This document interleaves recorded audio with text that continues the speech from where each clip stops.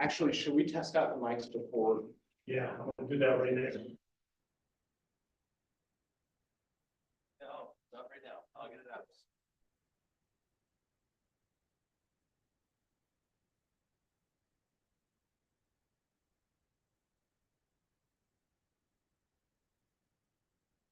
One, two.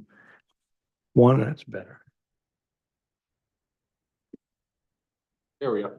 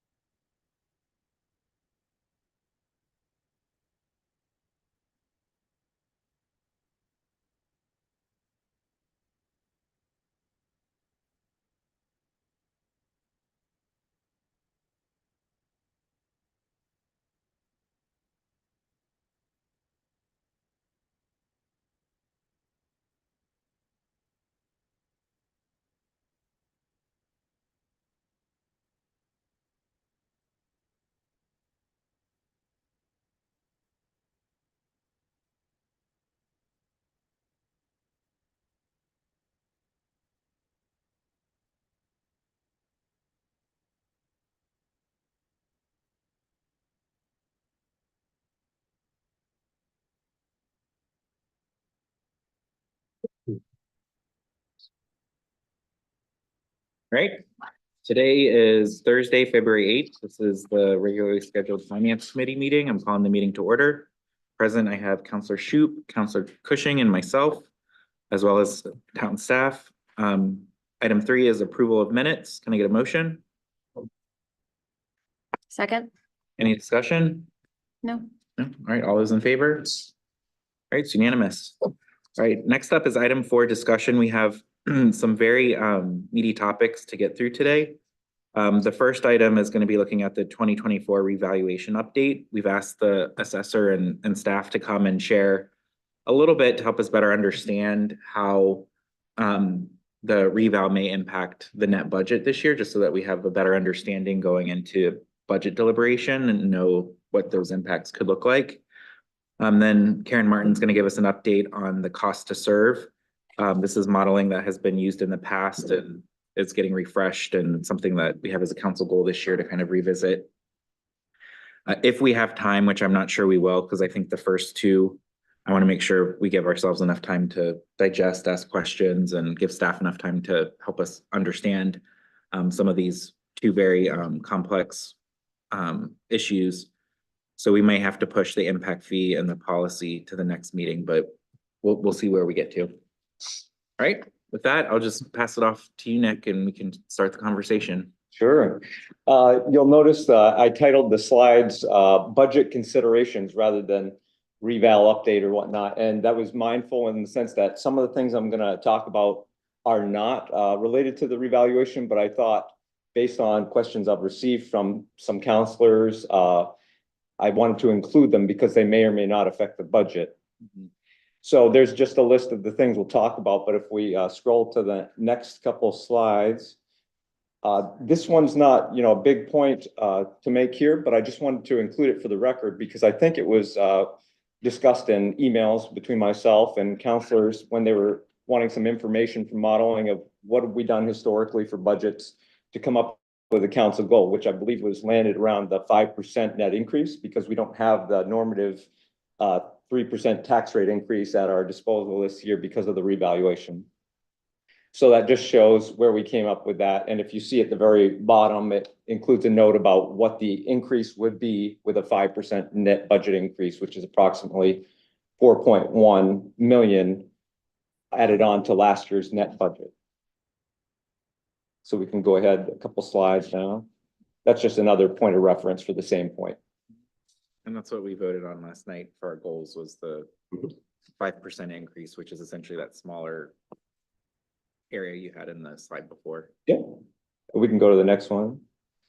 So here we're going to address the tax rate computation figures that may or may not be related to the revaluation, but they're certainly related to some numbers that I provide, or at least estimates I provide early on in the process. If you scroll down a bit, Liam, down to the bottom of this page. So the top 3/4 of this page are not anything that I would advise on. They're revenues and expenditures, but below the line, if you will, those are some of those things that the assessor, myself, weighs in on, at least in the early on the estimate time. So the overlay, the TIFs and CEAs, I help provide estimates on because they're based on the new value created year over year. And the homestead and Betty exemptions would also be something I provide some guidance on based on my estimates. So if we scroll to the next one, the overlay. So this does change in a revaluation year generally. I put that the actual and perhaps better stated would have been the budgeted amount this past year was $256,000. I think the budget amount was $250, but it varies because of the tax rate isn't, a very round number. So we get as close as we can to the amount we've agreed upon if I'm able to, which I am usually. We've only expended about 200 or 11,000 of that. So there's much more left. I think it might be 14,000. Forgive me for not knowing the exact amount, but that said, there's over $220,000 left in there, and that goes back into the general fund at the end of the year. Nick, it's probably worth just explaining what the purpose of the overlay, the sole purpose of the research. Yeah. Counselor Cushing Or, so the sole purpose the overlay provides is to have a cushion for any exposure to abatements that may come down the pipeline. It would be unwise to have no available funds because there are abatements in every given year. If people bring things to my attention, like especially business personal property, we were actually out of business this year and we didn't tell you. Okay, if you can prove it to me, we'll give you your taxes back because you shouldn't have been taxed. Or other issues that people bring to my attention or contest with me and prove that they deserve a slightly lower assessment. Those funds are available to meet that need. As I've said, the 256 was more than necessary, but that's, generally what towns do to have more than enough, so they're not going beyond the amount. In a revaluation year, Is it fair to say that overlay equals contingency? yes, A contingency for a sole purpose, and Yeah. that is to correct any errors or new information that comes to its attention vis-a-vis value and taxes paid. So it's not contingency that's available for other purposes, it's Right. especially for that purpose. Just, never mind. I don't want to, I don't want to get you. No, it's okay. This is all for learning, so keep asking questions. Do we have other contingencies in the Per budget? se, no, there used to be some bit of a contingency available to the council, but past councils have kind of wiped that out, so no. That's too bad. and this one is statewide. Every town has this, and it's one of the few things that the assessor has a say in at the end of things. But I always take the lead of the council and the manager, so we can think about it together, what the needs are, so we don't overextend that. Some towns choose to, but we usually try to only have what we need. We've been a little above that, so we might revisit that in different non-reval years. So if you were a business, you might put something in your budget for refunds, returns. Yeah, That yeah. kind of thing. So that's Exactly. kind of what we're saying. Keep in mind, though, we're raising, by including this in the net budget, we're raising tax dollars to fund this. And so we're always very thoughtful and careful that the higher you go in the reval, you are raising more money than you need for operations. It's not used for operations. And it's about $250,000, is that what I'm seeing here? Yes. So it is for this year's And then, budget. it reverts to the general fund. Sure. Unspent monies revert to the fund balance. So it builds our fund balance if we don't use it. So there's a good use to it at its end if it's not expended. There are some statutory limitations. Forgive me, I think it's 5% of, there's a maximum amount overlay could be, and it's a percentage of your valuation. But it's generally millions of dollars, so we would never go there. No. But as a taxpayer, even though $250,000 is a lot of money in your bank account, in the big scheme of things, what it's under a tenth of a point or something.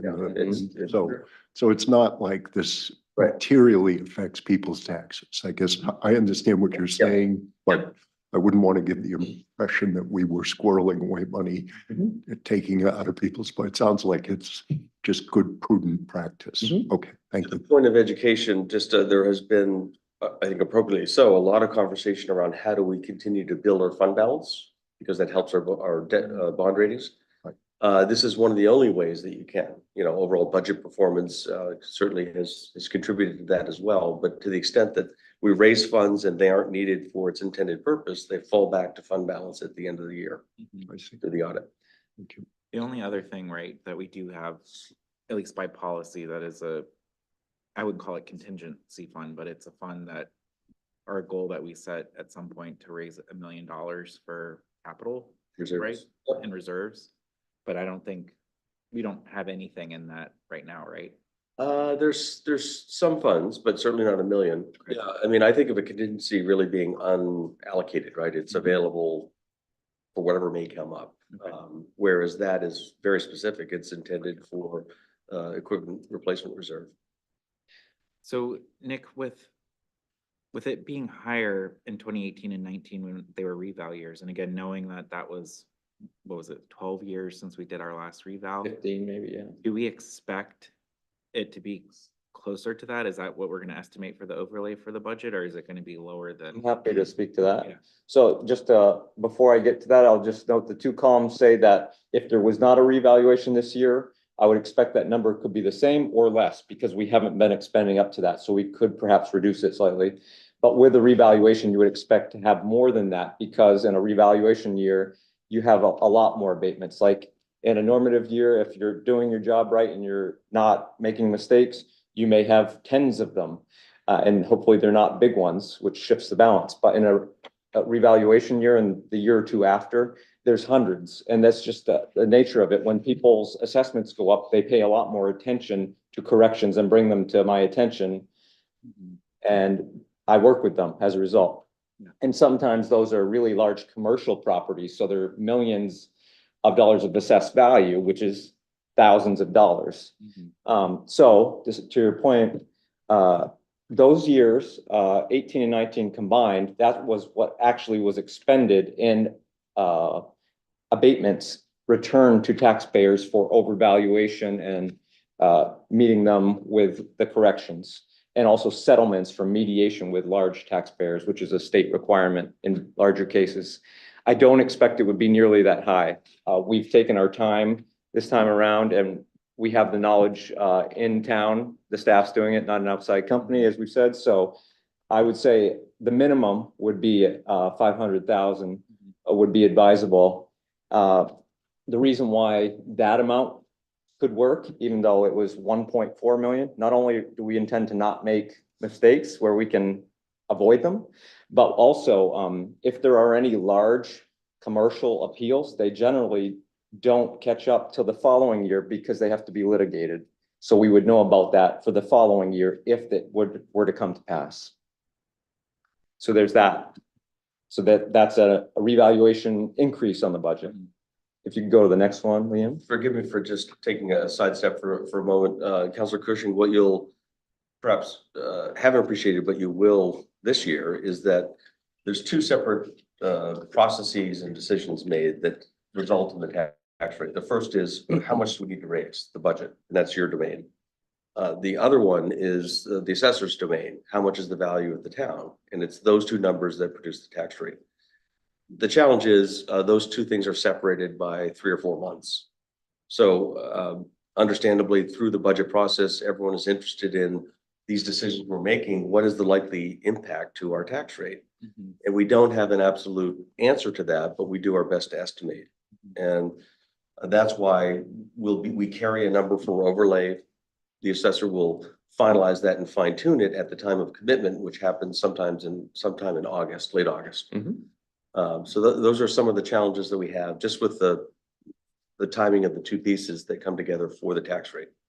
I understand that, and I'm glad you mentioned it because as I've thought about the timing thing, I think, well, this is to the town revenue neutral. The value goes up, right, and the tax rate goes down. And new taxes would be money that's coming in from things that weren't there before, right? So I think, all right, what was it last year? Value's going to go up, tax rate's going to go down. Here's the number. And I look at this and I get why you're doing it. But when I try to wrap my simple head around it, because I'm, man of the people here. I have, I think, well, here's a good number to work with. We're 3 months off. And can we keep that, can we hold that in mind as we look forward to the budget? And I must be missing something, but I don't exactly understand what it is. Well, hold that thought. We'll have time to maybe circle back to that and blurt it out if it comes to you. Another tax rate comp figure, TIFs and CEAs. Neither of these are impacted by the revaluation. So they both, though, would increase next year, regardless of a revaluation or not, at approximately the same exact amount. So the TIFs will go up because there's new value created in those districts. And the CEAs will go up as well. The only difference is the TIFs monies are captured and reserved for town uses that are allowed. And the CEAs are paid to developers per the agreements. Those will go up either way. Revaluation doesn't change that equation, just the tax rate is different and the value is higher, but it's the same approximate number. It's important to note, though, that TIFs, if you find enough uses to expend the funds that are captured, is net neutral to the budget. So yes, we may take in $100,000 more or $200,000 more, but if you have a use to spend it on, it will offset the expenditures, so it won't affect the net budget. That's true if you're offsetting operational expenses. It gets a little more complicated if you're using it to fund qualified capital projects, just because there's not a direct correlation to tax rate in a given year per se. But what he's saying is absolutely true to the extent that we can offset operational expenses. And as you may recall, this year we're covering 75% of the debt for the public safety building, a very large capital project for dispatch, $825,000. And then SEDCO expenses as well, and another tip. So there'll be a combination of those same sorts of things you'll see this year. So for this one, just to kind of challenge my own assumption, so like, if the value of the TIF district relative to the rest of the town is greater when it gets revalued, then technically, right, wouldn't we be paying a greater CEA payment for that TIF than we would have otherwise if it was at town value or lower than town value? So it really depends on what that TIF district's value is relative to the entire town, correct? Sure, yeah, that would be like what I've given in other presentations, the picture of the houses and the arrows, like if the town averages a 50% increase, but the TIF districts were 60 or 40, I would say that is true. But I don't at this time have any specific data to prove that it would be much different than the rest of town. If it is, it will be a small amount. So that's why I say the revaluation doesn't have a impact on the amount of the TIF or CEA amounts. So you would, whatever happens with the CEAs, you expect it to be relatively neutral in terms of. It's gonna go up. It'll go up because of Yeah, the new value, but greater. it won't go up at a significantly greater rate because the TIF district is coming in more highly valued. That's correct. The TIF and the CEA payments are affected by the same factors that affect all of our taxpayers. Values will go up, but tax rates will go down. The actual dollars paid, relatively speaking, should be neutral. Mhm. How will this, though, with the reval, how does that impact our ability to shield certain revenues, given right now I think we're shielding a higher rate? Is this gonna push us over to where we're gonna likely drop back down to minimal receiver and only shield 8%? Ms. Bolton is here. I don't believe so, and that's a complicated, a seemingly simple question, but a very complicated answer. It does not appear that, at least in the next fiscal year, we are dropping into minimal receiver status, but I think that is something we need to be cautious of and aware of. And again, I don't know that there's anything we can do to stop that. I think that is a function of the state funding formula. And Yeah, but that's partially based on our value, correct? So if our value, It's based on the state valuation is one of the factors. And the way the state audits the assessing data versus sales, it will be approximately the same as what our actual value will increase to in the reval. The only difference would be perhaps we'll get there a year sooner than the state audit would. okay, But the reval doesn't really impact the state valuation number because the state audit corrects and adds, this year, they added $1 billion of value, and we didn't internally, because that's what their audit said we should be at, 2 years ago. yeah, remember, there's a 2-year lag. yeah,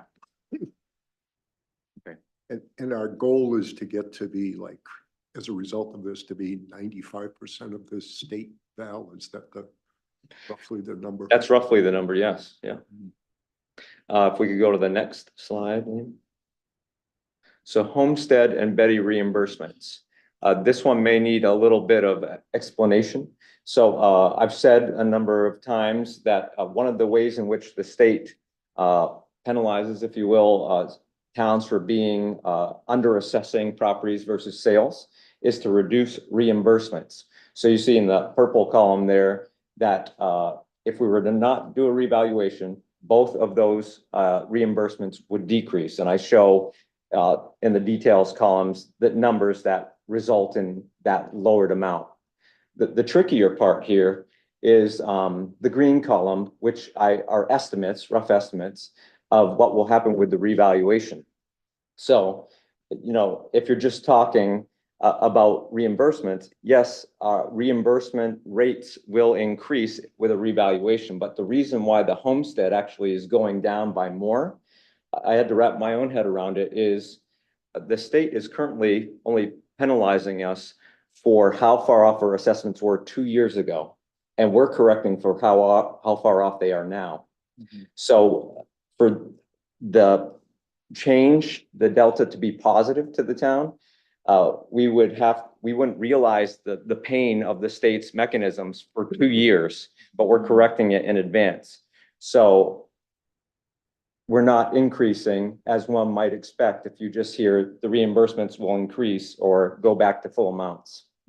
So just I draw your attention to the detail section, kind of the equations that support that. So just look quickly across at FY24.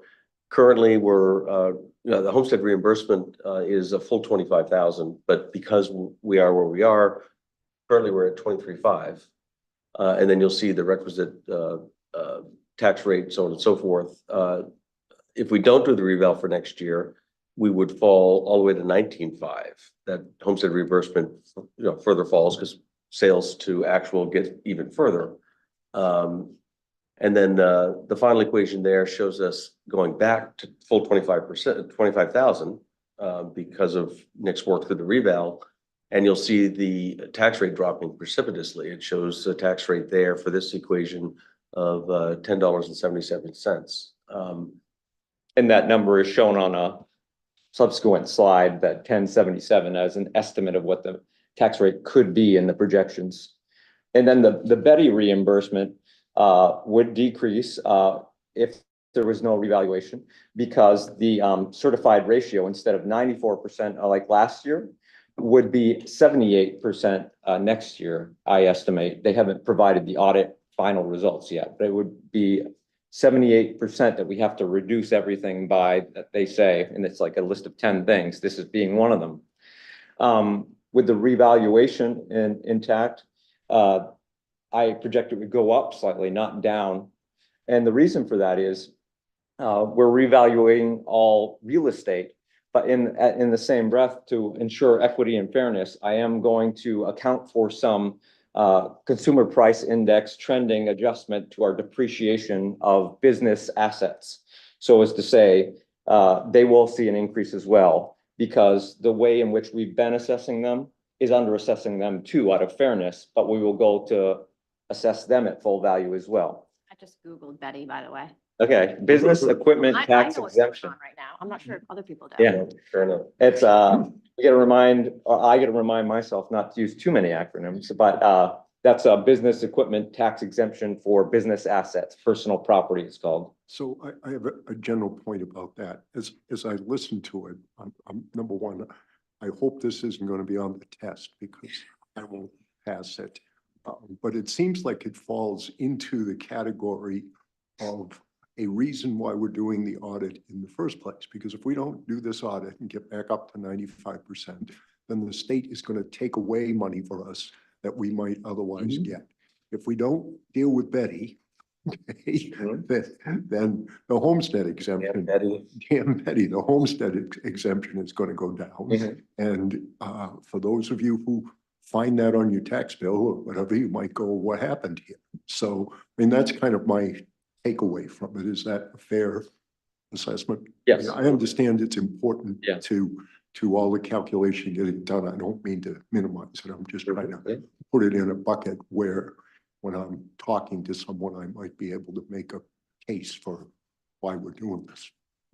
Nick and I were talking today, this is very helpful because we get so close to these issues, we're not able to explain them with that level of kind of clarity. And so we appreciate that, your insight. So while the homestead exemption, to Councilor Cushing's point, is gonna go up for each resident to the reimbursement amount, it's still gonna be a net decrease on our budget though, right? So that Correct. $400,000 difference between 24 and 25 is gonna have impact on the net budget at the end of It the will, year, okay? yes.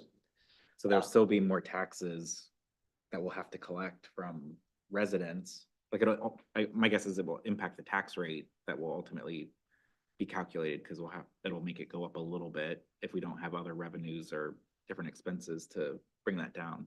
And we think these are precisely the things that you're likely to be interested in. Yeah. So these are drivers in our budget, Mhm. and need to be, considered as we consider other priorities. Yep. If we could go to the next slide. So believe it or not, those were the things that I consider the most straightforward and easy of what I'm about to share, and I'm sorry in advance. So I kind of went through those quickly because the things that are to come are, in my opinion, perhaps more impactful to the average taxpayer, but perhaps more difficult to explain what's going on. So I'll try to be mindful of that. So one thing that was asked of me was, can you talk to or speak to the potential shift of the tax burden from commercial to residential? And what that means is, Or vice versa. yep. So as I spoke in the January 17th workshop, it was my projection, not only based on what I've seen in other towns, but based on the data I have so far, that residential properties, which have appreciated a lot in recent years due to the market boom, have appreciated more than commercial properties. Fortunately, they both increased, so it's not completely unbalanced, but it is my estimation that residential will go up more on average than commercial and industrial on average. It's not to say any one property will fit that model or any type of use of commercial will necessarily fit that model, but as a whole, these classes will go up at slightly different rates, I believe. And I wouldn't pay too much mind to this. I just put this slide as an example of how I went about the work to show the numbers I'm going to show on the follow-up slides. We can certainly discuss this further, but it might be an offline thing because saying B15, C3, it sounds like battleship, not like something productive for this minute, but I wanted to show people my work, I don't want to just show you the numbers and say, trust me, this is how I went about it. So if we go to the next slide, I won't spend too much time on this slide either because the next one is the same thing, but with more relevant numbers. So why I say that is this is just a hypothetical model if there was 0% tax net budget change. So if you had exactly the same tax levy as last year, the approximate 82 million, didn't raise it a cent. So that's just a modeling example, which alludes to the fact this is the cause of the revaluation shift. It's separate from whatever the budget increase of 5%, let's say, will add on to that. So the only number I'll point out to you on this slide, because we will see this again on the next slide, is the middle B line. We'll pick that one for now. That if you look at the different property types, residential, commercial, industrial, and personal property, those are the 4 subsets of value and categories. This model is making some base assumptions that if residential goes up 60%, which is a fair estimate based on what I've seen, and if commercial and industrial go up 45% and personal property goes up 20%, this is what would occur of the shift from commercial to residential, meaning the average percentage increase on a tax bill for an average resident homeowner would be a 2.8% increase due to the revaluation, even if you didn't increase the budget. And that's just a modeling example because that was asked, like, what does this shift even look like and what are the possible repercussions?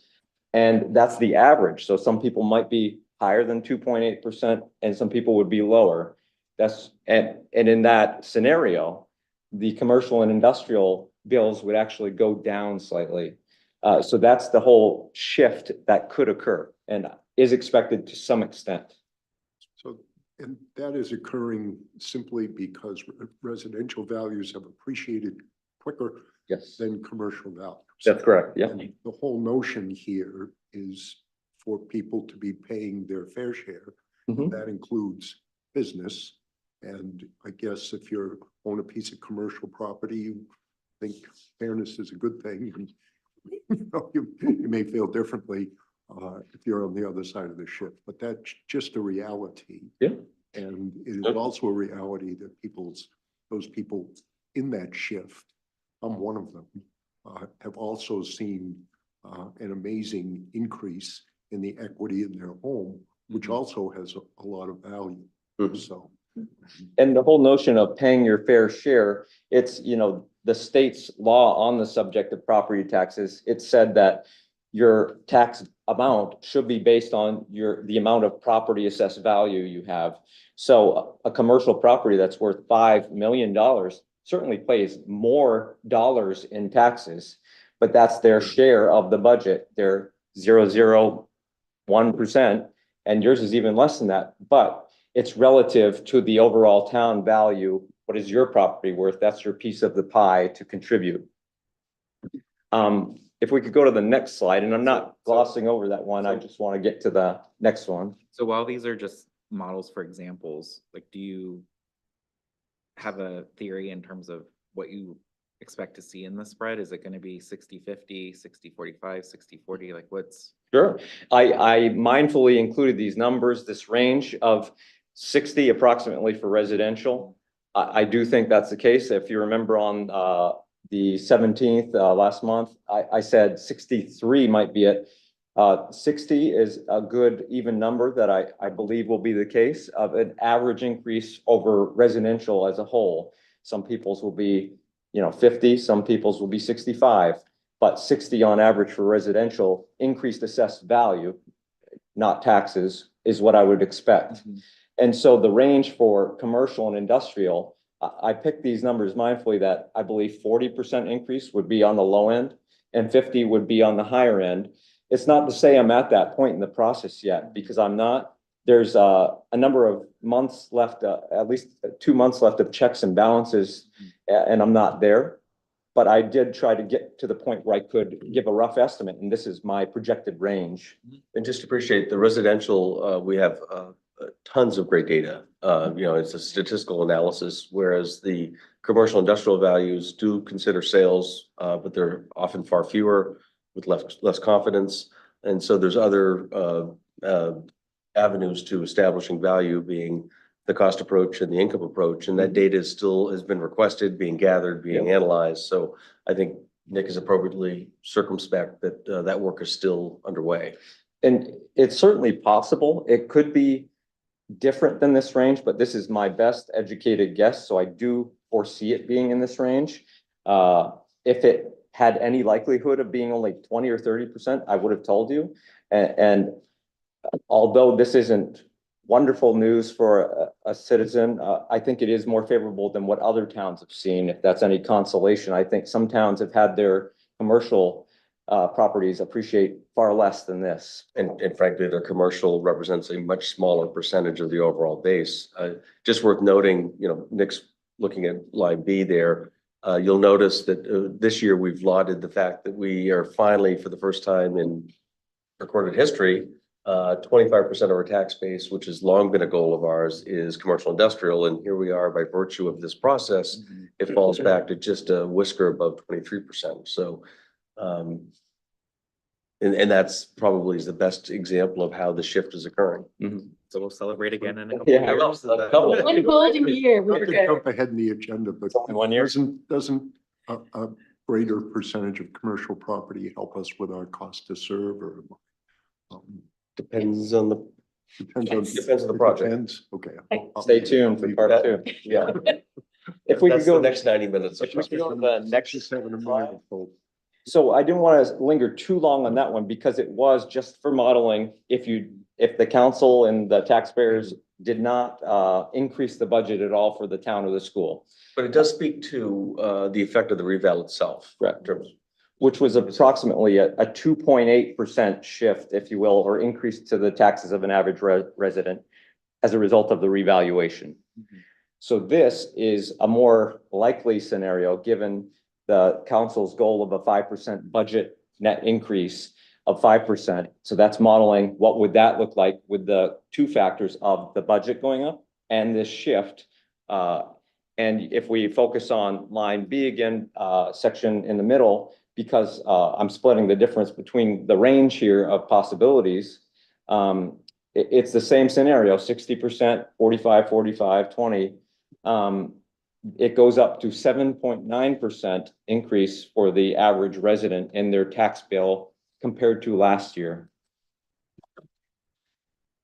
So it seems to me that we're doing two things here. One, maybe three, we have some oversight, we have some education, but we also have, I think we are working at expectation setting and trying to give the public a realistic sense of why we're doing this, what's likely to happen ahead of time. And I'm not really sure even about that point, but I think that, you know, people's general reaction to this type of thing, I think, has much to do with whether their expectations are consistent with what kind of happened. And so we might come back to that later, but I think that is really key when communicating. Well, I'll say that in a discussion that Liam and Allison had about this, that two big elements of this are fairness and compliance, and trying to find a way to set expectation that, as you say, show our work, that demonstrate that in fact we are being fair, regardless of which end you're on. Right. This answer is kind of what's likely to happen and gives an insight as to why, because there's a number of factors that are all converging, if you will, that will affect someone's tax dollars paid. Thank you. And once again, focusing on the B section in the middle, if you go further to the right, Tom already alluded to this, but the takeaway of the shift of residential to commercial is the same as the last one, the 23.1% commercial in that scenario versus 25%. And that shows a tax rate that's much lower than our current one, which is almost 16 per thousand of 1077. And that is quite low, but it's because the projected value would be 8 billion in that scenario, which is almost 3 billion more than it is now. It seems like huge numbers, and it is, but that's what's happening in nearly every municipality in Maine. We just have larger numbers because we have more valuable properties. But the same percentage increase is being seen statewide. And that 56% there, that's of all increase townwide, that's the average. So referencing those infographics again of if the townwide average is 56% and your home value goes up by 61%, your taxes will increase because you were more than the average as a result of the revaluation, budget measures aside. And remember, this scenario assumes the 5% net increase, which equates to raising $4 million, essentially more than we did this year. If we could go to the next. So I just want to make sure, because I think, again, my takeaway from this slide on B is that, you know, on average, taxpayers, if it was scenario B, that was the actual scenario, would be paying about 8% more on average because of the reval, even the benefits that happen, but partially because we're doing the reval and we're raising More money. dollars more. Right. Yeah, so And the shift. the interesting part, and we'll get to this more on future slides, is that you don't just add the two increases, they compound on each other, perhaps, you know. If we could go to the next Does slide. this also account for what you're about to show, I think, which is the tax stabilization, so that Yes. it's inclusive So of that? This is the background, and then the tax stabilization impact will be on top of this, a third factor for those applicants and beneficiaries. So this is modeling, as was just brought up. Last year, there was a statewide program, a one-year program only, as it turned out, in which eligible seniors were able to freeze their taxes at the exact same tax dollar amount as the previous year. So what that effect had on the average Scarborough citizen that qualified was that they didn't experience the increase of 3.77% last year. The state paid that amount on their behalf and is in the process of reimbursing the town for that amount. So that they saw that break at the state paying it for them that 1 year only. There's also a slight change in the homestead that they didn't experience because they were frozen when they had the full homestead. These are the figures of how many people benefited, the average and median savings. And you see a very wide range there. So some people benefit a lot. As you may know, there was no income measures. The state theorized towards the end of this program's life that it didn't have the intended impact of helping people that needed it the most. But as I say to people that come in my office, I'm sorry that, you know, this made you really excited and it was taken away from you. It's a complete state program and it was out of our hands, unfortunately, but people receive that benefit for 1 year and that's not nothing. So if we go to the next slide, I start to talk about here, what impact is that going to have, that 1 year of taxes increases that they didn't pay, the state paid on their behalf, these 1,800 plus applicants of residents. And the average of this calculation for a assessed value of $400,000 home last year, they saved $241 that the state paid on their behalf.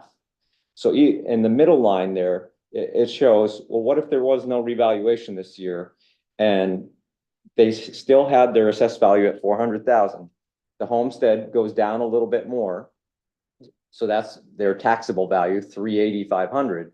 And presumably the tax rate would go up by 3% as it does in an average year for council policies. In that scenario, because they're paying the increase from last year, the 241, and the increase from this year, they'd be paying 8.4% more without a revaluation because they're having the 3.77% and the 3%. And that's what I was alluding to. It's compounds. It's not 3.7 plus 3 equals 6.7. It equals 8.4 because it is multiplying on top of a bigger number. And then the final bottom number is what the impact estimated could be with the revaluation for these seniors that were able to participate in this program last year. So they're having three factors now. The prior year of 241 saved, catching up with them now that the program ended. The 3% estimated increase on the budget and the shift from commercial to residential, which compound on each other. And in this scenario of a $400,000 assessed value home from this year, it would go up by 60%, which is the estimated average, to 640. The homestead goes back up to 25,000. So it's the starting point for taxation is 615 and the tax rate's lower. However, their overall tax burden has gone up as a result of these three factors. The 241 from the prior year, the tax rate increase for the new budget, and the shift from commercial to residential, which unfortunately shows a much higher number, a projected 14.77% average increase for a senior resident that participated in that program. So this strikes me as a big deal. I would agree. Back of the envelope, what, 1,800 people is 7% of our population, somewhere in there. What, we're around 20, 23. Yeah. So, you know, if you just put it in those terms and you say, and those people are the most vulnerable people in our community. And I don't have any answers, but it really, I think, is worth spending some time. I don't know if there's anything we can do about it, but we can. you do think we can? Well, one of our goals this year was to revisit the senior tax rebate program. Okay, So I think whatever, like, this is important for us to know, certainly. because this is gonna help us decide how far we wanna go in terms of changing the dollar value, maybe even broadening who is eligible to make sure that we're able to try and mitigate this. But again, whatever we mitigate here goes back to that other group of residents who are getting an 8% increase, which I would assume for them too, that's not a small amount either. So I think that we just gotta balance all of that as best. we It's a can. function of the unfortunate combination of timing of things that has nothing to do with the town, nothing to do with the revaluation, but rather two normative processes occurring the same year that this program ended. Yes. Right. Mhm. So conversation for another day, but probably digging into the what and the where and the who and getting a little more granular Mhm. in terms of how this will impact various groups of individuals within that subset, I think would Yeah. be worthwhile. And That I, would help us understand if we have latitude, what to do Yeah. with it. I talked to Tom earlier today briefly, and after looking at this, I said we need to probably prioritize that tax rebate conversation sooner rather than later at the committee level. So that would be something maybe at the next meeting, we can make sure we at least start to dig into the existing one, make sure we understand it, and whatever we want to, scenarios we want to run to see what that means. I think we probably should start that process. Yeah, what I intend to do, and I don't mean to upstage the council's conversation in that regard, but I intend to provide financial resources in my proposed budget that would increase the rebate amount from $750 to $1,000. And the logic there is the average benefit to these 1,800 people was $225. So if we can find another way to fill that hole, so long as they're eligible, and I think that's a different and important conversation, revisiting your eligibility criteria and kind of widening the pool, bringing more into that. I would note, we only have about 400 people in our locally funded and operating program, whereas 1,800 were in the state program. So clearly, there's some folks missing there. Nick, I'm just curious, I know the next couple slides, he's done a $400,000 value. He's also done this takeoff on a 300 and a 600, just so you can see it's the same math, just different model. I just want to add though to what you said, because I think it's important that we also, the reason ours is 400 and the states was as high was because really their eligibility was just age, not really. Ours is means tested, right? There's an income Yeah. piece, and that is probably the bar that is keeping ours where it is. So we've often used 400 as the average value. That's probably a low estimate. It used to be 300, and Yeah. in the last 2 years, I moved it up because people said 300's a joke. So I moved it up to 400 because, not only because it felt like a more reasonable number at the time, but because that was what the average assessed value was. The average sale price is much higher. Could I It's ask a question? Of the 1,800 that are directly affected in this conversation, you know who they are. So I presume, could you get a little more specific around what is the average value of their home? So we could just better Yeah, understand I have that in a decisions spreadsheet. and how it affects them. Because I do expect that there are some large outliers at the upper end that Mhm. we would never, I think, well, I shouldn't say never, but it would be hard for me to believe that we'd find them eligible for our local program. Mhm. And perhaps it's when I get to that slide, but I can speak to what the state's done to increase their eligibility or amounts for different programs. But so that's all I have for this for now, but it is very impactful, and I'm glad some people have brought it to my attention among the council and otherwise, that what's going to be the impact of the convergence of these three factors. And I hadn't run the numbers until this last week or the week prior. And this is what it is. And it's good to know this in advance. The next steps will be, what do we do about it, if anything? And how do we communicate it to people? Because even if it's not favorable news, they need to know in advance to prepare or understand at the very least. Question. Yeah. Does your modeling contemplate additional additional value being brought online. It's included in that. The 60% increase of all value of residential, for example, includes the, you know, tens of millions of dollars of new value, already. And then the next two slides are just as Tom said, I just want to do the same exact model, but with an assessed value that's currently 300,000. And the percentages actually increase, but it's because it's a lower number of tax dollars they pay. The increase feels like a bigger percentage of what they used to pay. And then conversely, on the next slide, if you start with a home that was assessed at 600,000, it goes up to 960. Their percentage change is actually lower. It's under 14% with the three scenarios converging, but it's because they're paying a lot more taxes, so the percentage of a higher number is a little less. Yeah, I think as Tom mentioned, what I would like to understand at the next meeting is just like what would it take financially in the budget to eliminate the impact of losing the state program, just to know like magnitude. It's not that something I'm sure we can cover fully, but like just understanding how much I think would be important. So if we can get that as accurate as we can based on your spreadsheet. I know the values probably will be a guess at this point, right? Because we won't know the values yet, but just knowing, like, are we talking, how much did you say you were thinking of putting in the budget? Well, off the top of my head, it's 750 now. It would be increasing the benefit to 1,000, so they'd be eligible for 250 more.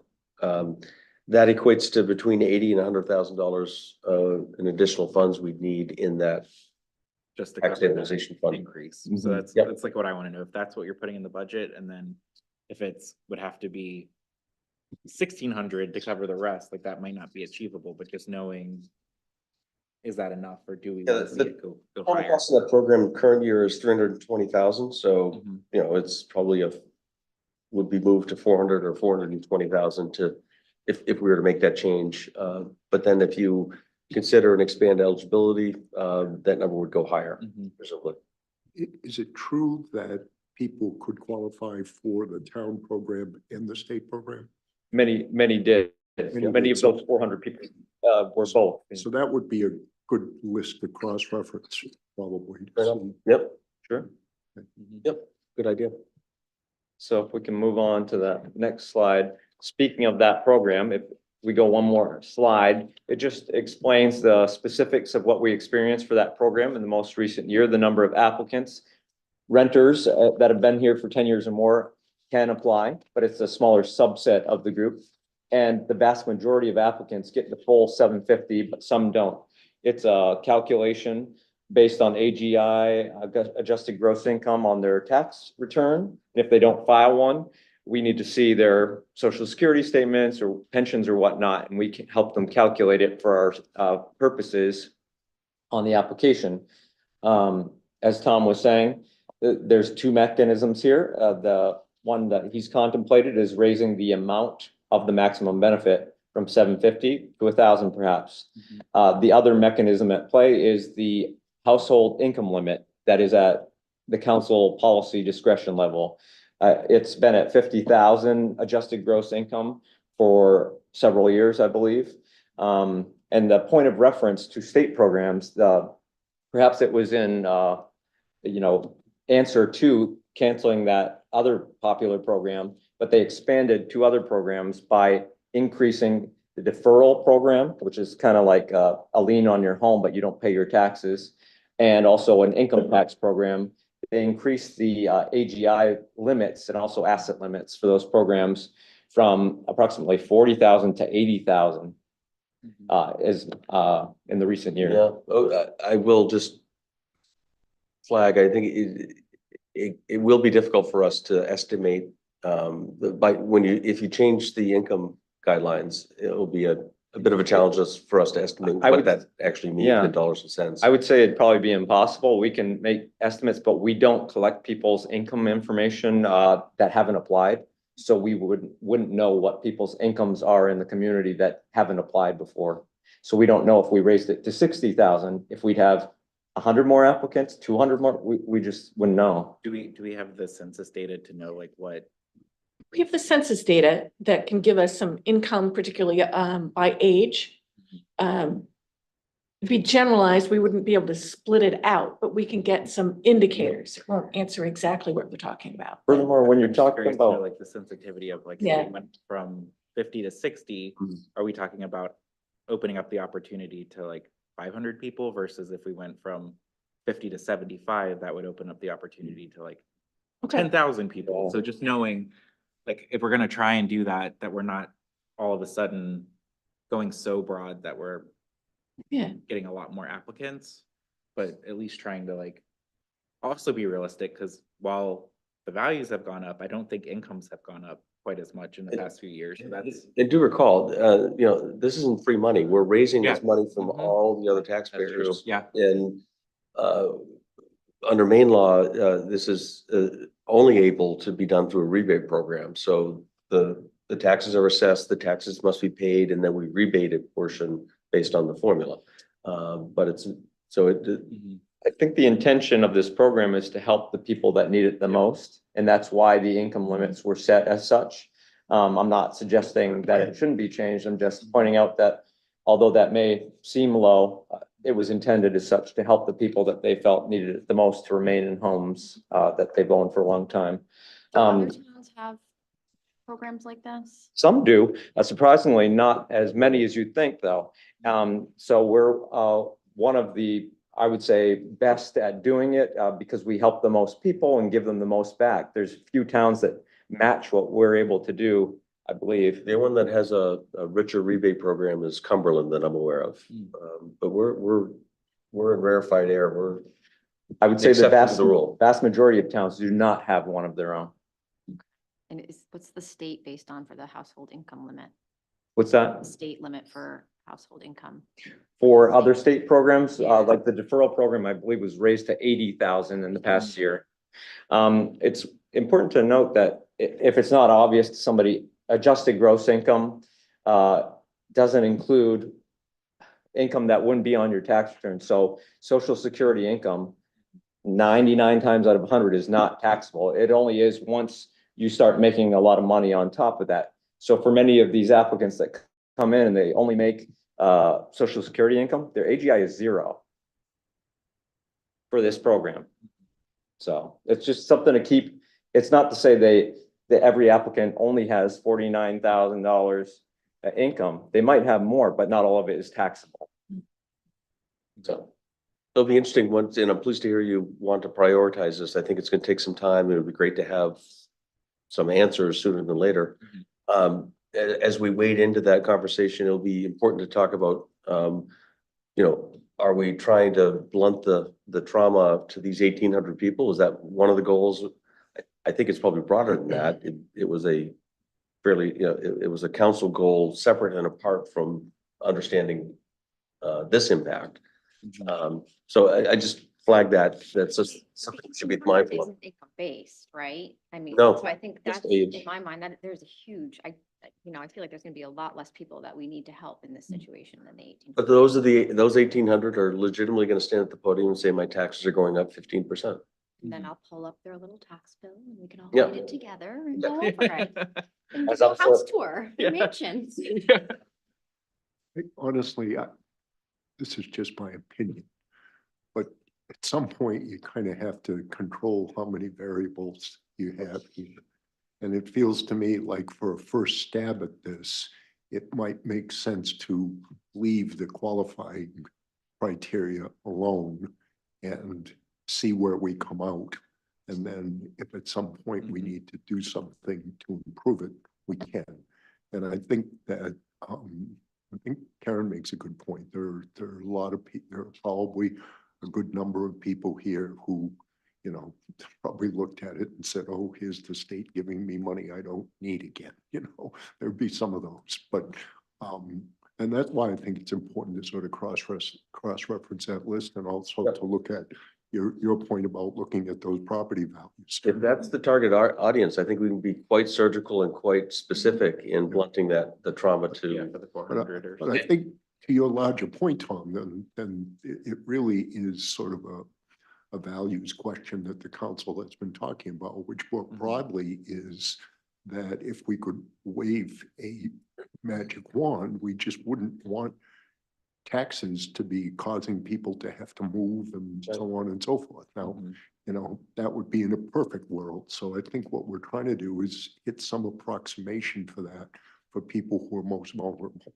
And Right. so I didn't want to lose sight of what you were saying is about a broader goal. This is not a welfare program, I guess what I'm saying. And an important takeaway that about this program and any adjustments to it. And perhaps Tom can speak to his plan to include something in the budget, but if at all possible, knowing that the council's will is to increase it and perhaps even taking action to do so sooner rather than later would help my staff quite a bit and the applicants, because in a normal year like last year, we already sent them out, the applications. We're getting calls and walk-ins every day. Do you have the applications yet? And we've told them, we're waiting until we discuss with the council in case they want to revisit any of the qualifications or limit. And it is possible to process the application in the current nature with the 750 and then later raise it. But we would have to reprocess every one of those 400 applications. It wouldn't be necessarily a burden on the applicant, but we'd have to process them all twice. Versus if it was the will of the council to change the limit via a policy action in the next council meeting or two, we could hold off in sending those applications out to the eligible people, because we keep a list year over year. And we'd say the limit is now blank, $1,000, and we could process it with that in mind, versus if we don't know till May, we'll have to process them all twice. Yeah. Which, so part of our council goal conversation wasn't necessarily just about senior tax rebates, like the one we have, and potentially raising it. It was about maybe looking at other groups doing it. So I personally feel and want feedback from the committee that figuring out this senior one first is probably a bigger priority. And maybe if we do want to explore other rebate programs, that maybe we do that after we figure this one out, just because I don't know. Yeah, I mean, I think I expressed my interest at the workshop to make this broader. I did not like what was being proposed. I think we need to focus on the seniors specifically because of what's happening right now. Yeah, okay. For sure. Just want to, do you agree? Because again, like, I think then we can focus on getting this one updated. Did you ask me if I agreed? Do you agree? Look at. Yeah. So that's something to be mindful of. If you are interested and feel able to take action in the next weeks, certainly in March, that would be preferable for the procedural standpoint, but not necessary. If it pleases this committee, it would be great to get your blessing to actually, the amendment to the ordinance is quite simple. It's simply increasing the rebate amount from 750 to 1,000. Although I would like to see have the benefit of some of that analysis to really understand how can we really maximize benefit to this class. Yeah. I'm just being mindful of time. I don't want to wait till your next month's meeting to revisit this necessarily. But do you want to adjust the household income limit as well? Or are we just saying we want to increase the rebate? Because I personally don't know if we should be touching that yet. I don't know if we know. The income base, I mean, unless you have lots of research for us. No. About raising it. I would be fine. You're talking $80,000 is what you said the increment would be for the existing program. You know, if this committee has the power to motion, vote, and give you that direction, I would be in favor of it. I don't know. What that would do is just give me the clearance, the comfort to prepare the amendment and to get it on a future council agenda. I think we should. Well, yeah, and I think that's a quick action we can do. And if we want to make changes down the road and even expand it, Sure. great. But Do it again. we can do it. Do it again. That doesn't make more work for you. We're just, No, making it quicker. So moved. So you want a motion? But no, You motioned, you second? Second, Any discussion? No. No. All those in favor? Yes. Okay. So I'm assuming you can translate what we just said into a motion that's. I specialize in translation. Yeah. And that'll presumably, We're kicking up to $1,000. Yes, I got it. Good. and that might be seen in a future council meeting. As such. Perhaps at the next. I think so. All right, well, that's all I had to share, but it's a lot, and I'm sorry, but thank you. And I honestly do have thanks, even though it created some more work for me to do this modeling. You guys ask good questions, and you ask, how's it going to impact people? And these are the answers. And I hope you know early enough so you can take it into account. And we, as a group effort, because I believe it was a council goal to help communicate about the reval, we can make people aware at the very least. I think what might be helpful moving forward, I know we're very specific on this, but I think the council goal was a little broad about what other rebates. So I think eventually we would like to kind of revisit what other rebates are available, just to also show the residents that we're continuing the conversation. Okay, just a bit of a cautionary or maybe a protection comment. Nick is deep in the throes of revaluation, and this is not for the faint of heart, a lot of work. And he really, it demands his undivided attention. So I'm going to do my best, and I want to mention it to this committee, that we need to use his time sparingly. I know Nick is always willing to help, but I don't want to have him chasing down every single detail. So I'll do my best to run interference for him, but he's really getting into the meat of his work now. A way that could look is you could ask me for the spreadsheet and I give it to you and you run the numbers, that's an example, Yeah. I mean, I think at this point, I feel like you've answered all the questions, at least I have, about what's this impact financially. And so I think we're good at this point with Nick coming and sharing information with us. I do think what we may want to do though on comms committee is try and think a little bit more about how the council would like to message some of this. So that way, as we communicate more broadly later, I think being able to guide a little bit using some of that like simple language to just help people really understand, like, what does this really mean? Because this is kind of complicated, but I think I was writing down some things. I'm like, this is how we could say this to people to make sure that they just, what are those key points we want them to know? So I think that's something we should also take to comms committee. I wholeheartedly agree. I'll say again, kudos to you, Nick, for what I think is progress in terms of distilling a lot of this stuff, and to Liam and Allison for the sheet that they put out. And if I have a broad concern, which we can take up in the comms committee, it's the sort of feeding from a fire hose. And I really think that we probably, what's the timeline? How much time do we have before this really starts to get people's attention? When are notices going out? Late May. Late May. So the leader comes out once a week. I mean, I think we could really take some time to sort of put a lot of this stuff out in bite-sized pieces in that publication, if we can. So that, I guess that's my biggest comment. We can discuss that, and I think I've seen, some really good stuff, but I am very fearful that one flyer isn't going to do it. Yeah, and Nick, as you've probably seen, has a very thorough communications plan that he's probably halfway through, and that really is about what we're doing and why we're doing it. If there can be other pieces really around what does it mean to me? What does it mean to the taxpayer? I think that's what I'm getting at, is to try to distill a lot of this stuff, because and also put it in a framework about, what is our intent here? I mean, some of it is compliance, some of it's fairness, but what we're really trying to do, another one is no surprises. Let's see if we can keep this thing, you may not like it, but at least, we don't like the fact that the ocean's rising, but we know. To the point of no surprises, it's, in my experience, almost unprecedented for an assessor to provide this level of detail at this early juncture. Usually it's at the back end, and unfortunately it's wrapped in emotion and confusion. And so hopefully getting this out early. It's not the year for that. But yeah, I think, and again, like my learning with the school, especially as we tried to talk about what's the impact, was the simpler the better, right? I think we tried to be as specific as we could, and sometimes sometimes the more specific we try and get, or the more we try and tell the number slightly differently. So if we can land on like, what is that? Like, how do we answer what is the impact to me in a simple way? Knowing that there's The caveats. answer is knowing it that- depends. Yeah, that's true.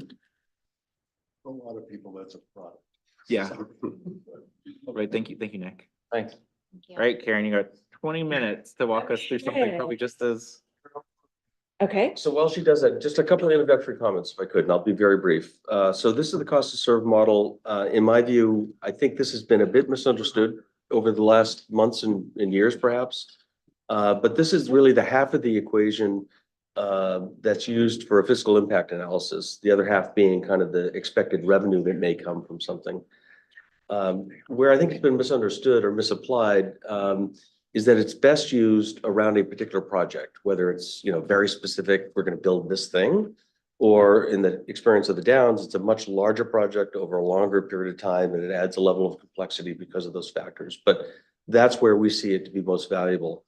It is a model, it's a predictor, it's really intended to be something that helps inform decision-making. And we've used it, I think past councils have used it successfully in the context of considering a CEA request before they decide on what % they should reimburse. They want to know, you know, the bigger picture.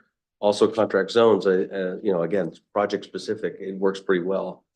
And the quick history of this, though it's not a brand new concept, we started to use it in finer detail, really starting with our comp plan consultant.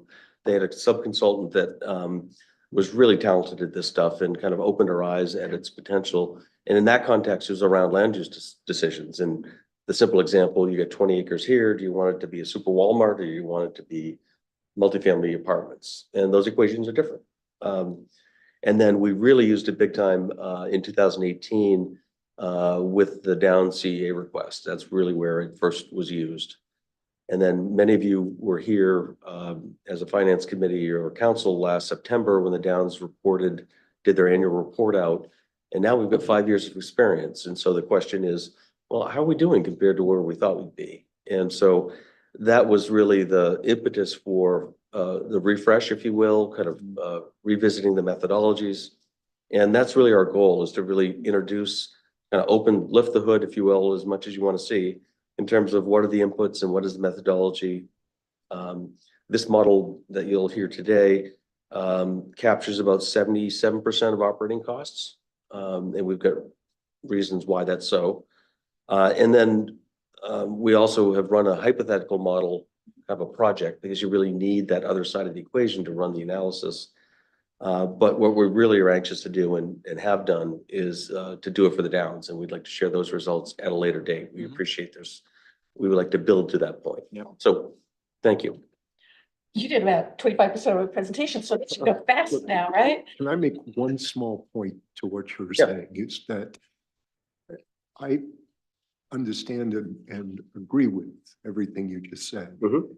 And it's been my observation that the cost of serve is one other thing in our financial discussions, and that is a red herring. And that it would be, so it's important to pull the lid off this box. Yep. Because, you know, transparency is important, but it is also important to get a common understanding so that the blackness of the box does not become a method of Right, what it is, distraction. what it is and what it isn't. Exactly. Well, and I think to me, the more helpful point that this will help is not only just the Downs, but to help the public understand how our growth strategy, which is really based on the comp plan, is driven to try and make sure that the cost to serve and the benefit of the new development kind of stays Yeah. in a way that we can absorb it responsibly. And so I think that's the piece that I think we've been growing. A lot of it's been in the Downs. We're able to essentially, you know, continue to invest in ourselves without having to overinvest in a specific area of town. Yes, and as a point of personal privilege, I'm trying to get in the habit of referring to that project as the Crossroads Development. Sure, fair enough. Project.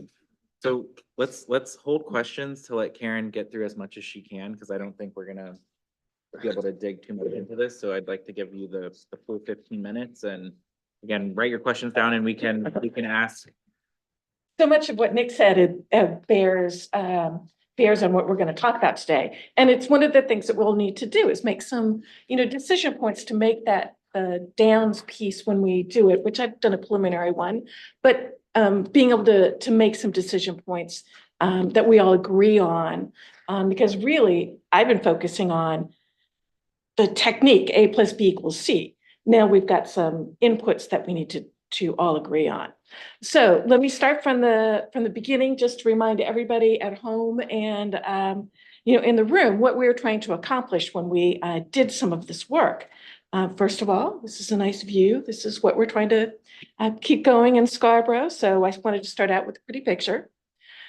So as Tom said, in 2018, we really focused on a couple of questions that were being asked by the community. And the biggest question, the biggest fear, I think, we calculate the Downs, based on actual development and some of the new assumptions that we're making. And then where do those tax dollars flow, plus or minus? So I did want to, all this stuff that happens at the top here. I'm just going to ignore it. So what the fiscal impact does, and this is basically, from some esoteric professors looking at how you do fiscal impact, but fiscal impact analysis, it looks at direct, current, and public costs and revenues as the result of a development. It's the net positive or negative of the costs incurred and the revenues received. It's not looking in or taking into account sort of these indirect impacts like jobs, or it's not assessing the environmental or land use compatibility. It's not assessing impacts on neighbors. It's really not including indirect effects. Like you can go down a rabbit hole and say, well, wait, if you have employment growth, how much of that impacts housing growth in the community? There's a relationship, but that's not where we are with the fiscal impact. We're taking a pretty narrow look at things. And we wanted to say this analysis is not looking at the shift benefit. We're looking at dollars and cents, revenues and costs. And if you've got any agreements like a CEA. So no shift analysis there. And always we want to keep in mind, it is one piece of the puzzle for making decisions about the future, because there's a lot of other things that you need to consider. There may be times when you can have a negative impact, fiscal impact, but there's other things that you're getting. That's important to think about. So in Scarborough, as Tom said, we really used it during the review of the Downs CEA. We wanted to know, what does the credit enhancement agreement do? How does the land use mix on the Downs, affect the values that are being generated? And then we really based that original work on, as Tom said, a consultant that was really a subcontract under the comp plan. And he had determined the original factors based on his work across the country. And by the original factors, it was like, what really is that thing that you can measure that really generates children? What can you measure from the public safety? What is that key piece that shows you how you can forecast in the future? And so he actually had worked just, with both the chiefs at the time, and they had a 3-year analysis of how many calls each type of land use made or generated within the community.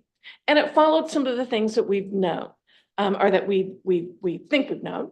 And it bears repeating that some of the nationwide analysis does show the same type of relationship.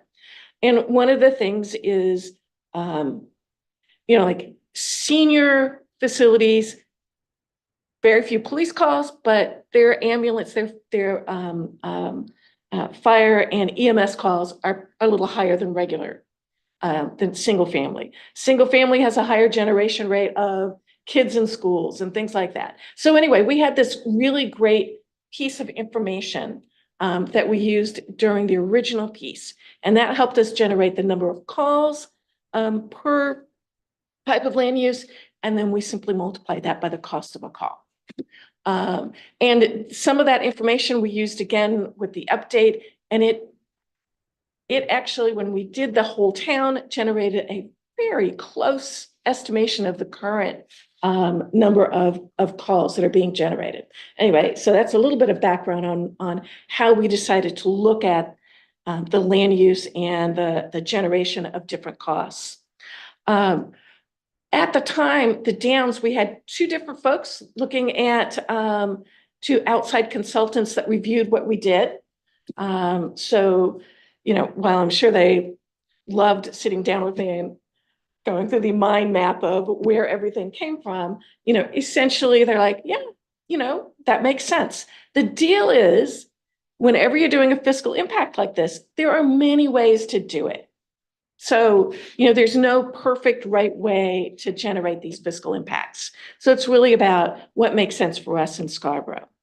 And then over time, you know, we've updated some of the factors based on new budget requests, and we've certainly looked at the Census Bureau data as it's come out since 2017, 2018, to look at what the relationships are between housing and different types of growth. Ooh, need to speak fast. So we wanted to simplify, and one of the things we did is we reimagined and re-engineered how it works. Still the same basic concept, but originally we did an analysis of every year separately. So we had 30 separate workbooks This is for to the depth, represent the build out the horizons, 30 2017 years. to represent each year of their contract. That made sense at the time for a variety of reasons. And so what I did is I went back and said, well, you know what? We can change that. So it's been reorganized into simply 4 spreadsheets, and I'll go back into that as we get to the end. But what we've done is provide options. So you get to go in and say, hey, is it going to be 50% increase in 2025, or is it going to be 75%? You can make those changes. And I think you'll see when you get to the one chart that I did give you, you could play with that to your heart's content and see what happens. And then really though, what I did give you was, I call it my sandbox. And I call it my sandbox because that's where I just put all of the research and all of the data that I've collected, some of it directly relevant to what we're doing, but it's how I keep track of everything and getting to this sense of, hey, show your work. It's like, okay, I'm showing you where everything is coming from. And that's from looking at, Nick and I sat down and went through the different types of land use to put together an appropriate, based on fiscal year 24, like what is the dollar per square foot value of each of the different uses and per unit. So we went through that so that we would have a clean starting point to advance. And so all of that is in that sandbox, if you will. And then again, we're updating it. We're assuming the 5-year reval starting in 2025. You can make different assumptions about each one of those. Right now, we have 50% increase, both commercial and residential. And we have that going for the next year, and then it drops to 15% for subsequent revals. For the first time, we've added the balance of the town in. We didn't do that originally. What we wanted to do with this one is show, all right, how are things changing relative to what the town is doing? And so we had to make some assumptions about, is it 4.5% that the budget increases each year? Is it how much do we have of net new value coming online? That's not part of the value increase from the reval, it's actually new building, new construction. So all of that is laid out. Okay, 5 minutes. And so we have it set up so we can enter those key data points and run a couple of different scenarios. The other thing that it seems like it should be a simple thing, but when we originally did the work and worked with the Downs to come up with the build out of each year, we really weren't thinking about the assessor. I'm sorry, Nick. We weren't thinking about you. We just said, this is a calendar year. Well, you know what? As we're going forward, that doesn't work as well when we're trying to track what's happening. So we've sort of realigned all of the development to what's happening on 4/1 of each year. So again, I just want to make sure we know, this is a simple concept. Take the revenues, we take, if there's a CEA investment, we take that out, and if there's costs, we take that out, and that equals the fiscal impact, either positive or negative. So the components of the revenue, we've talked a little bit about this, but it is the property tax generated by values assigned to each type of use. We've kept that because I think we fundamentally believe that land use matters. The revenues in the model have been separated so you can see what's shareable versus things like excise tax and the original assessed value, which you can't count toward a CEA, but they're still paying taxes on that original assessed value. So all of that gets added back in so you get a net amount that you can use to pay for services. And again, excise tax is calculated. So the component costs are really the 2024 department net budgets used as the base. We're looking at education, public works, police, fire, EMS, library, community services.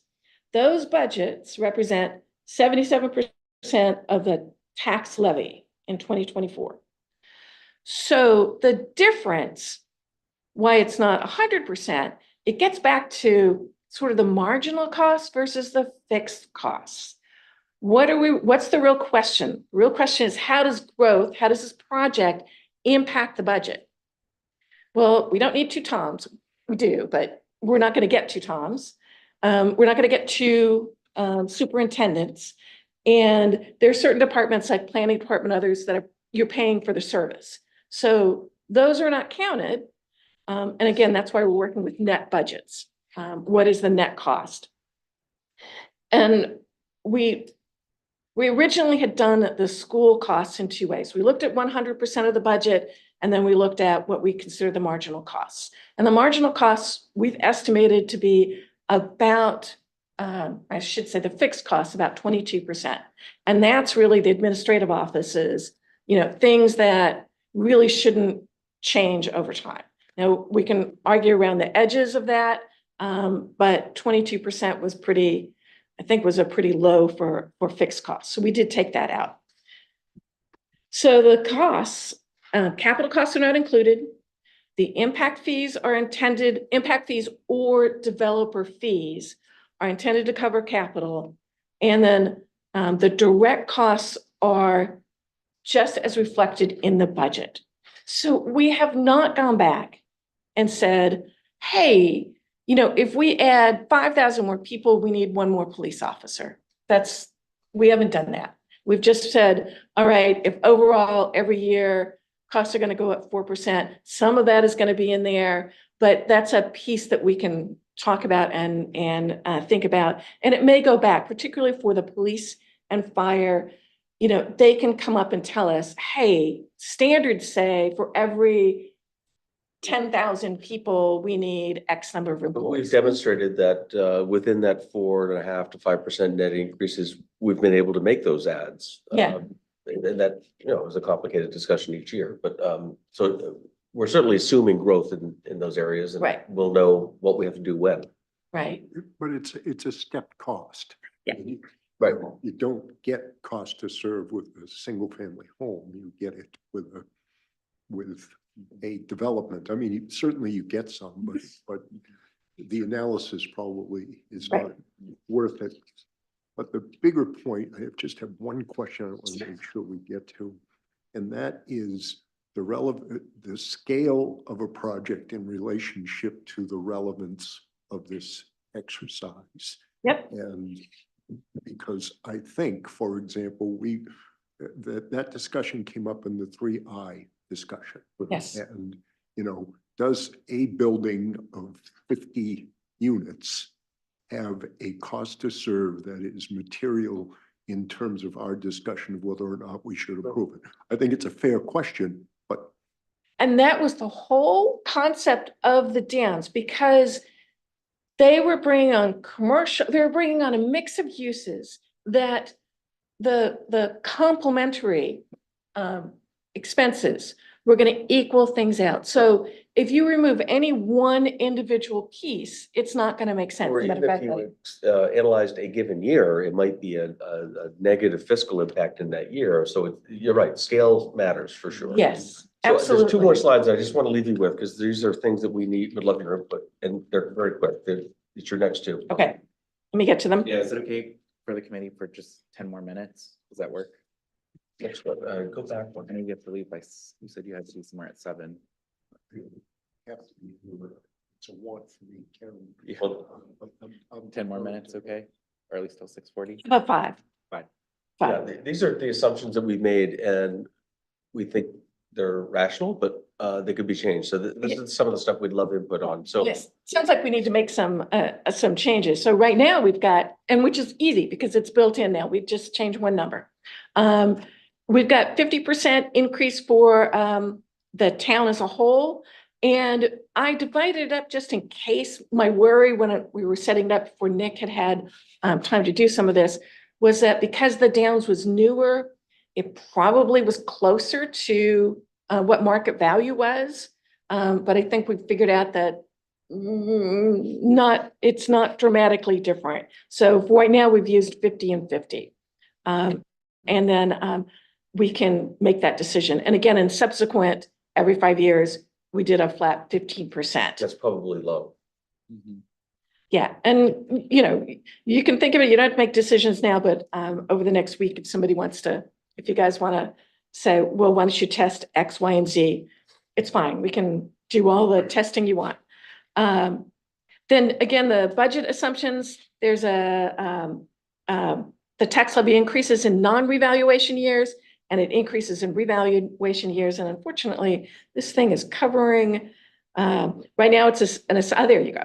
It's an assumption of 4.5% for both. We can make a distinction if you want. Annual department increases were 4%. And I'm going to tell you, some of the departments were more than that, some of them less when I did some of the analysis. But the huge driver is the school. And, the school was running 4% increases net. The net budget was running 4%. So I just used 4%, but that's a cell that can be changed. And then we had, to Liam's question earlier, this assumes that there's 1.5% net new value, not from the reval, but actually new construction Year over year. year over year. And then this just quickly shows what the tax rates do. That might be a good place to pause Okay. right there. Okay, So this was good. So we'll take this, digest it. Getting your voiceover was really helpful. And maybe we pick up the conversation at the next Right. finance committee meeting. so the question I would have is, do you want to finish this? Or do you want us to go ahead and slap the numbers in for the Downs and? I think slapping it in with these current assumptions is fine. Yeah. Okay. Stop sharing for just a second. Yes, I can. If you go back to Liam, could you just go to the agenda real quick? I think it's there. My only point is, you might be interested, one of her key workbooks, Excel workbooks, is linked there. And so you can actually get in and start to really see some of the Yep. nitty gritty detail. Yeah, I think that'll be good. That is excellent. Yeah, so, Look through it.